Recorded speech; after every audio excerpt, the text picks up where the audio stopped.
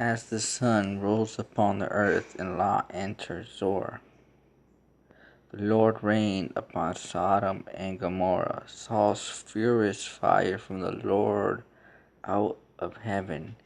He annihilated those cities and the entire plain, and all the inhabitants of the cities and the vegetation of the ground. Lot's wife looked back, and she thereupon turned into a pillar of salt. Next morning, Abraham hurried to the place where he had stood before the Lord, and looking down toward Sodom and Gomorrah and all the land of the plain, he saw the smoke of the land rising like the smoke of clink. Thus it was that when God destroyed the cities of the plain and annihilated the cities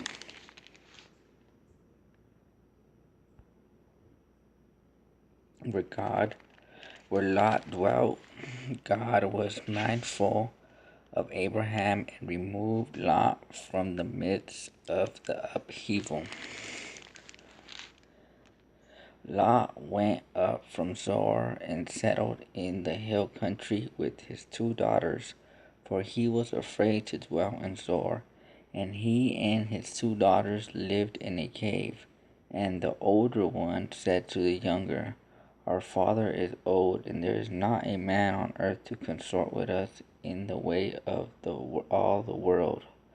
Come, let us make our father drink wine, and let us lie with him, that we may maintain life through our father."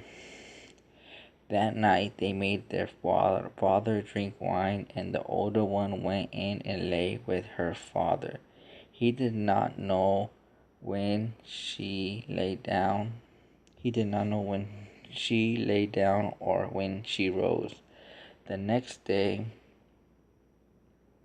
the older one said to the younger, "See, I lay with father last night. Let us make him drink wine tonight also, and you go and lie with him, that we may maintain life through our father."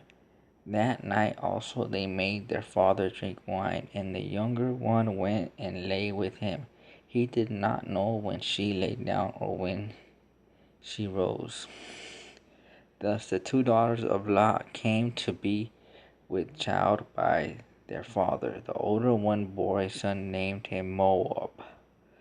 He is the father of the Moabites of today. And the younger also bore a son, and she called him Ben-Ami. He is the father of the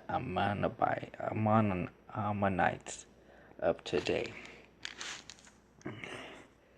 So it seems like if there was like a tragedy in the city, God destroyed the city, and he made sure that the people who were innocent were saved. So he made sure that the people who didn't curse or sin throughout their life, they were saved from the tragedy that went on through the devastation.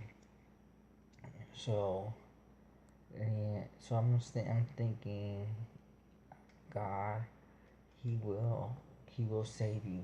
You know, if you try and you become a good person, and you know, you continue with your effort to be someone that's innocent in God's eyes, He will save you. He will keep you away from danger, and He'll make sure you live eternally.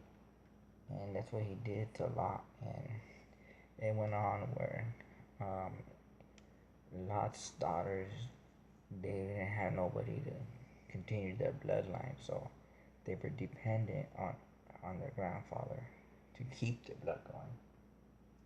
And I don't know how to bring that into a moral or a meaning to this to what we just read, but um, I think maybe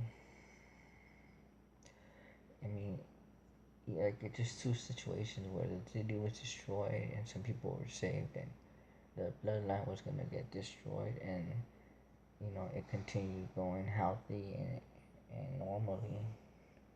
And I think just keep your faith and don't give up. That's what I gotta say. So tomorrow we'll read Genesis 20, and then every day we'll read a chapter, and we only got 30 more to go. So within 30 days we could do it. Still not. We were supposed to do it in February, but we'll do it. We'll get it done.